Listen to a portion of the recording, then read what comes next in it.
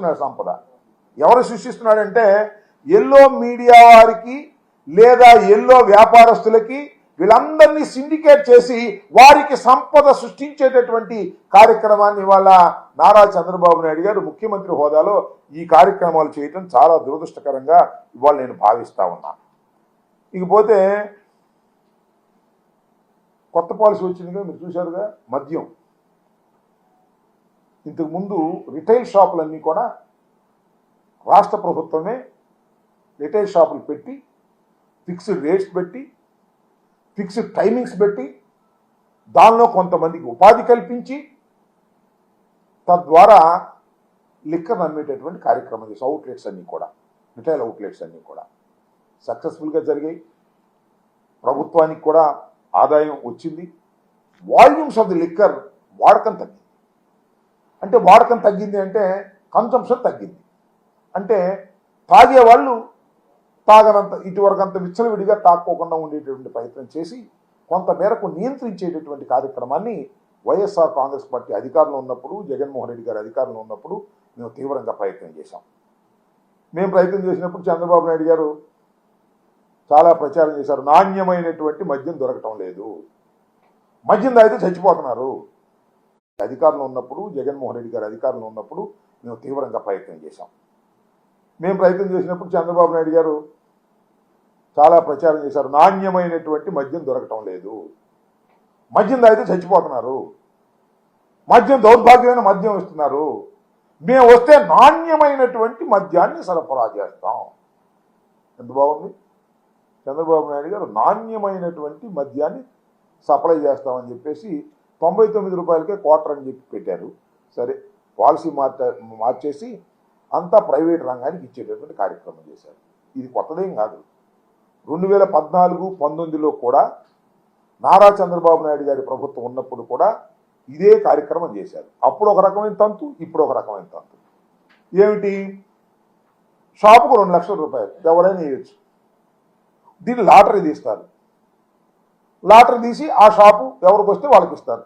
చూడటానికి బాగుంది కదా. చేసేది ఏంటంటే కొన్ని చోట్ల జరుగుతున్నది, ఇంతకు ముందు కూడా జరిగింది. అబ్బాయి ఈ షాపులో మా ఊడు తప్ప ఎవడు 2 లక్షలు కట్టి ఇటైనా లేదు, మా ఊడు ఇద్దరే వేస్తారు, ఆ ఇద్దరిలో ఒకనే తీస్తాం, వాడికే ఇస్తాం. ఇది స్థానికంగా ఉన్నటువంటి ఎమ్మెల్యేలు మంత్రులు చేస్తున్నటువంటి కార్యక్రమం. కొన్ని చోట్ల ఏం తెలుసా, అందరూ వేసుకోండియా, మొత్తం వేసుకోండి, మొత్తం వేసుకున్న తర్వాత ఎవరికి వస్తే వాడు 30 లక్షలు కట్టాలి, 40 లక్షలు కట్టాలి. ఒక నాకు తెలిసిన నియోజకవర్గంలో మొత్తం 20 షాపులు ఉన్నాయి.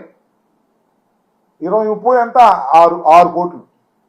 ఎవరైనా షాప్ వేసుకోండి, లాటరీలో ఎవరికన్నా రానియండి, ఒక్కొక్కడు వచ్చిన వాడు షాపు పెట్టుకోవాలంటే 30 లక్షలు ఎమ్మెల్యే గారి కట్టాలి. కట్టలేదు ఎట్ట వ్యాపారం చేస్తాడు చూస్తాం. ఎక్సైజ్ సిఏ వెళ్తాడు, ఎక్సైజ్ డీసీ వెళ్తాడు, అది లేదు ఇది లేదు బట్ అయినా అంటారు. వాడేమో ఫీజు కట్టుకోవాలి 60 లక్షలు 70 లక్షలు. వీళ్ళు అడ్డం పడితేనేమో సాగదు. బ్రాంతి వ్యాపారం మనం చిన్నప్పటి నుంచి చూస్తున్నాం. ఎక్సైజ్ డిపార్ట్మెంట్ కోఆపరేట్ చేస్తే తప్ప వాళ్ళు చేయలేదు. వాళ్ళ మీద కేసులు రాసేస్తారు, మూసేస్తారు, షాపుకు సీలేస్తారు. షాపుకు 30 లక్షలు కట్టకపోతే నా నియోజకవర్గంలో ఎవరికి కూడా షాపు దక్కనివ్వను, వ్యాపారం చేసుకొనివ్వను. రౌడీ మామూలుగా నాకు వాళ్ళు ట్యాక్స్, లోకల్ ట్యాక్స్. ఎంత దౌర్భాగ్యం ఉండేది నాకు అర్థం కాలేదు. ఏమండి చంద్రబాబు నాయుడు గారు, మీరు ప్రజలకు ఏమి ఇచ్చారు వాగ్దానం? నాణ్యమైన మద్యం ఇస్తా అన్నారు. నాణ్యమైన మద్యం ఎలా ఇస్తారో రాబోయే కాలంలో చూస్తాం. అది సంగతి అట్టే పెట్టండి. ఇదేంటండి ఈ అన్యాయం?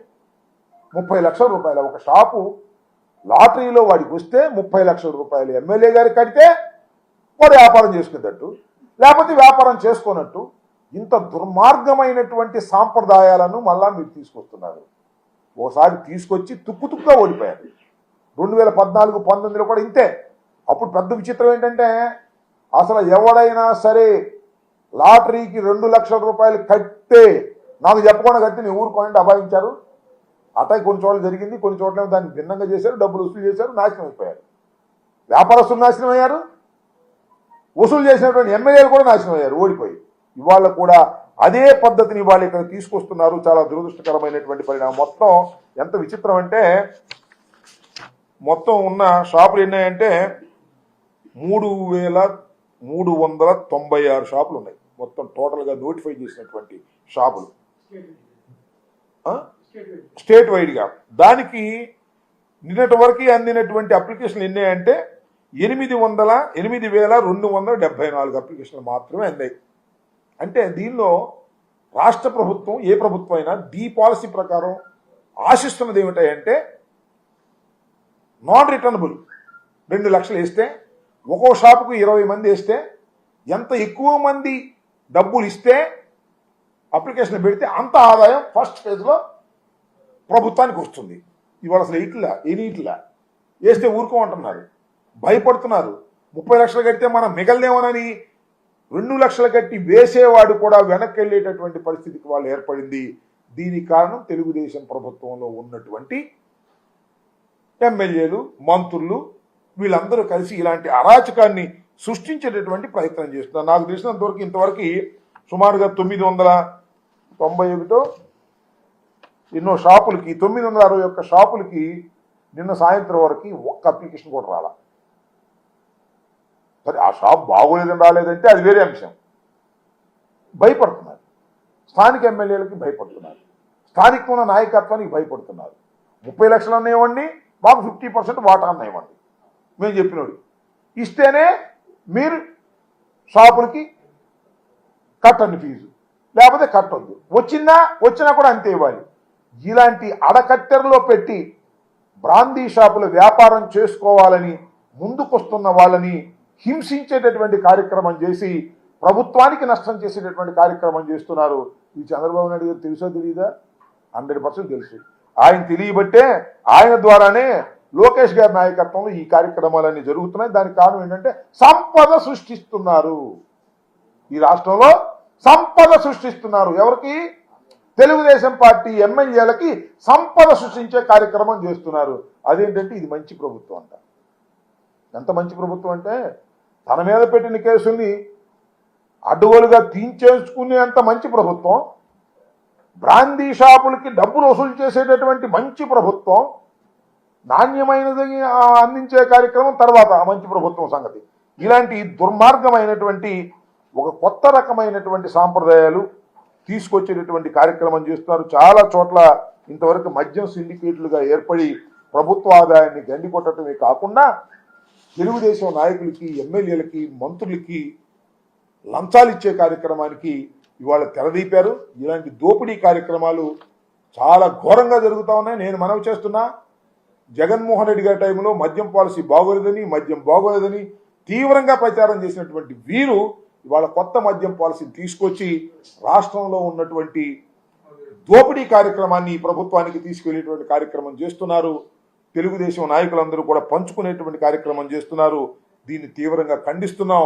దీనికి ఇప్పటికైనా తెలుగుదేశం నాయకులు కానీ, ముఖ్యమంత్రి గారు కానీ కళ్ళు తెరిచి మీరు సక్రమంగా ప్రవర్తించకపోతే ప్రజా ఆగ్రహానికి లోనవుతారు, గుర్తుపెట్టుకోమని మనవి చేస్తున్నా. చాలా చిత్రం ఏంటంటే 9వ తారీఖు the last date for paying the fees and application. 11వ తారీఖు నేను డ్రా తీస్తారు రాత్రికి. 12వ తారీఖు నుంచి రన్ అవుతుంది. 12వ తారీఖు పొద్దున పెట్టుకోవాలి. ఇది షాపు ఎక్కడ పెట్టుకుంటాడు? ఇప్పుడు నీకో నాకో షాప్ వచ్చింది అనుకో, 11వ తారీఖు ఉదయానికి 11వ తారీఖు రాత్రి 12కో 1 గంటకో లేకపోతే 8కో తెలిసిద్ది. పొద్దున్నే షాప్ ఓపెన్ చేసుకోవాలంటే అప్పటి నుంచి రన్ అవుతుంది ఫీజు. కనీసం ఒక 4 రోజుల టైం ఎవరా? షాపు చూసుకోవాలి కదా వాడు. ఇదొక కేసు. ఇలా ఒక దుర్మార్గమైన కార్యక్రమాలు ఈ ప్రభుత్వం చేస్తుంది. దీన్ని ప్రజలు ఖండించాలని. కొన్ని షాపులు ఇంతకు ముందే నాకు తెలిసినంతవరకు ఒక మాట చెప్తా. పల్నాడులో నేను ఉండేది ఇంతకుముందు పల్నాడే కాబట్టి, పల్నాడులో ఇంతకుముందు వైఎస్ఆర్ కాంగ్రెస్ పార్టీ అధికారంలో ఉన్నప్పుడు ఎవరికైతే ఈ బార్లు వచ్చినాయో మొత్తం ఆక్రమించుకున్నారు. మొత్తం రౌడీజంగా చేసి, అబ్బాయి సుబ్బారావు నీ దగ్గర నీ బారు మావాడికి ఈకిపోతే నువ్వు ఎట్లా రన్ చేస్తావు చూస్తా అన్నా. వచ్చేసారు భయపడి. పల్నాడు ఆల్మోస్ట్ అన్ని నియోజకవర్గాల్లో ఇదే కార్యక్రమం. మొత్తం రాష్ట్రంలో చాలా చోట్ల బార్లన్నీ కూడా తెలుగుదేశం కార్యకర్తలు, తెలుగుదేశం నాయకులు ఆక్రమించుకొని రౌడీజంగా ఎక్సైజ్ డిపార్ట్మెంట్ని అడ్డం పెట్టుకుని ఈ కార్యక్రమం చేస్తున్నారు.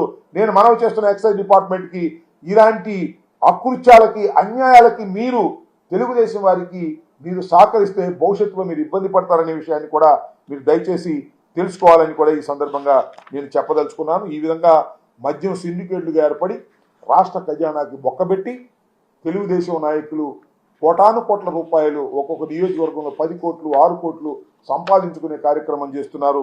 ఇది చాలా దారుణమైనటువంటి అంశం. దీన్ని ప్రజలు గమనించాలని కూడా ఈ సందర్భంగా నేను మనవి చేస్తున్నాను.